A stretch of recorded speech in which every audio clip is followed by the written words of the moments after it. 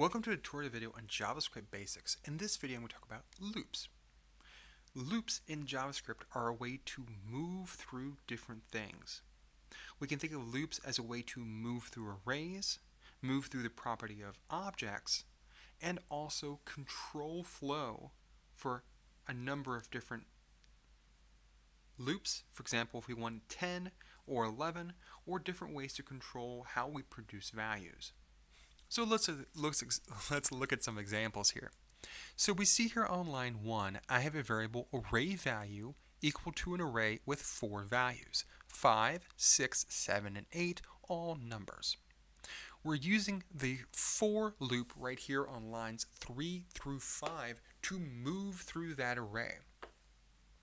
For loops are one of 3 different types of loops, technically 4, that exist within JavaScript.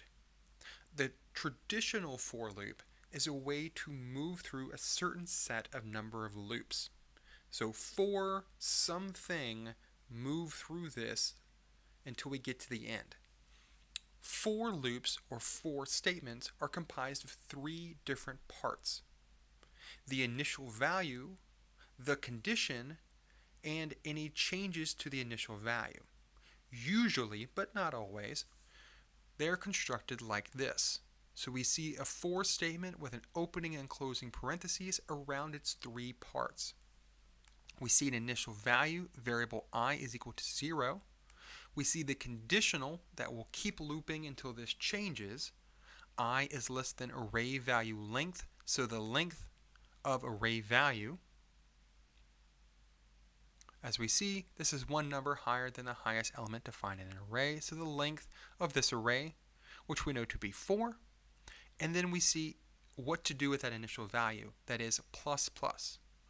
In JavaScript, plus plus and minus minus are ways of increasing or decreasing a value by 1 each time it is encountered. So in this case, these 3 parts of a for statement or for loop is we set up variable I is equal to 0. That's the very first thing that happens. Next, we check to see if I is less than the length of array value, which it currently is at 0, in which case we do this, and then we do this last. So we then go I plus plus. So we increase the current value of I by 1. And then we run we do whatever in here, and then we come back. So we see this here as steps of things, right? We're running through this for I from 0 up to less than length, which we know to be 1 less than the highest, or 1 greater than the highest number of elements. We can then use I in this example, which is a very common programming technique to move through an array using a for statement or for loop, by accessing its values. The first index 0, the second index 1, the third index 2, the fourth index 3. We see that over here, 5, 6, 7, 8, moving through these using a for statement or a for loop. Again, constructing of 3 parts: the initial variable or initial thing, the condition, and then what to do with that initial variable or initial setup. So 3 parts of a for statement or a for loop: set it up, check the conditional, usually increase a value by 1 or decrease it if you want to move the other way. And so we see here it's run through 4 times, 5, 6, 7, 8, moving through those. Another type of looping structure is the while statement or the while loop within JavaScript. We see that here on lines 9 through 14, use of the while. Similar to the for statement or the for loop, it has a certain conditional it's looking at. As long as this conditional is true, it will keep looping, which was the same for the for statement. As long as I was less than array value length, it kept moving through this. So just like that, the while statement, while its condition is true, its block of code, lines 10 through 13, will keep on running. So we see, similar to how I set up the for loop up here, we see variable j is equal to 0, and we see while j is less than 10, keep doing this. And so this allows us to, using a for loop, move through a certain number of times.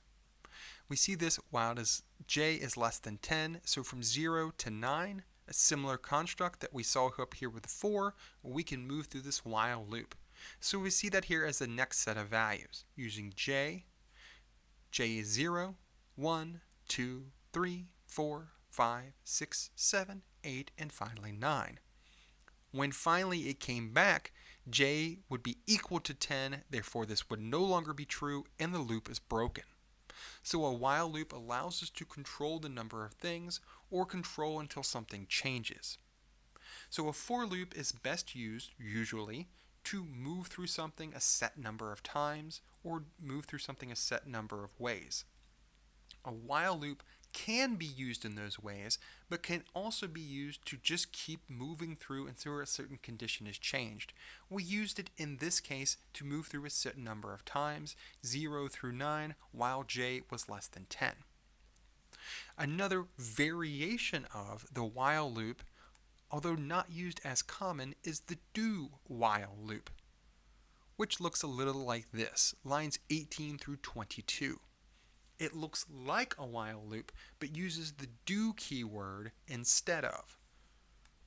So up here when we saw the while loop, we started here on lines 9 through 14, we said while with its condition and then curly brackets around what we wanted to loop or wanted to run.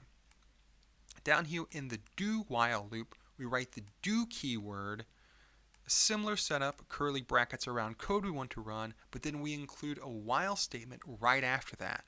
So this is a do while, which is a little confusing. So the difference between a while and a do while is that the do while loop will always run at least one time. It will do and then check the conditional, while the while loop will only run if the initial condition is true. So a do while loop will always run at least once. It will do something and then check.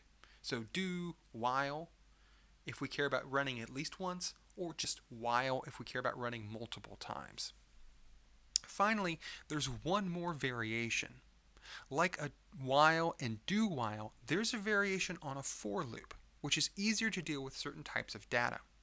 So we use the for loop up here to move through an array, which is very useful for doing. We could also use a for loop to move through the properties of objects. So we see right here, lines 24 through 27, I've set up a function to act like an object with the parameters name and ID. I've set it with its internal properties. Name is equal to whatever is passed in as name. ID is passed into whatever is ID, and set it up as an object. So we see lines 29 and 30 that we're using this function as an object and creating new objects based on that. The variable student1 is equal to a new student with the name Javier and the ID 1234. Line 30 is a variable student2 equal to a new object with the properties Matt as the name and the ID 5678. Right here on lines 32 through 35, I'm creating a new object literal. That is, I'm literally creating an object using the curly brackets and setting its properties to be student1 and student2. This is important because this other variation of the for step allows us to move through the properties of objects instead of moving through the different indices of an array or other variations like that. So we see right here, similar to how I created a variable for while and a variable for do while, I've created a variable student. And like here, 39 through 41, for student in student object. So instead of the previous traditional for loop or for statement of 3 parts, this uses only one. It sets a variable to the next thing within that object. So because this is an object of objects, this is student in student object. So when this loops, each loop, student will be equal to the next property within that object.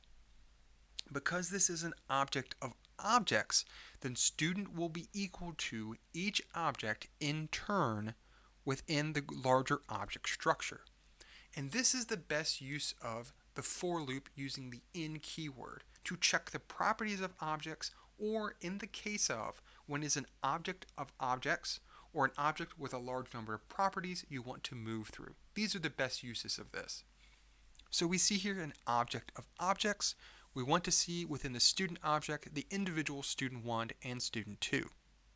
So using the in keyword, each loop student will be equal to the next property within student object. So we see here console log student object student, because just like up here, we're looking for this index or property. So the next student in student object and its individual name, which we see over here on the left-hand side, Javier and Matt. So we can use this variation of the for statement or for loop to move through objects and properties, which is easier than the other variation of the for loop, which uses numbers and is best case used to move through an array or set number of loops. So let's review these 4 different types. The first one I talked about was using a traditional for statement or for loop consisting of 3 parts: an initial value, a conditional, and then what to do with that initial value. In this case, variable I is set to 0. As long as I is less than the length of this array, we add it new and we keep going, and we could move through this 5, 6, 7, 8 right here through the indices of an array. The next loop type I showed was a while loop, which acts on some conditional. In this case, we set it up with initial value of 0 is less than 10, and we just kept looping and looping and looping until j was no longer less than 10, which we saw over here on the right-hand side, the current value of j all the way up to 9, in which case the loop broke when the condition was no longer true. Then, after the first while, we looked at the do while loop within JavaScript, which we know runs at least once. It does and then loops. So a do while does at least once, and in this case ran multiple times, do this while this condition is true, which we saw worked very similar to a while statement or a while loop, again remembering that a do while will run at least once. And we saw that over here on the right hand side, the value of k is 0 through the value of k is 9, which we expected to see. Finally, we looked at a variation of a for loop using the in keyword that operates best on objects, because we can look at something in an object, so properties in an object or objects in an object. So we saw here when we composed this larger example of student objects within a student object, we could look at it using student in student object and use this as an indice of those properties to get its individual name. Thanks for watching.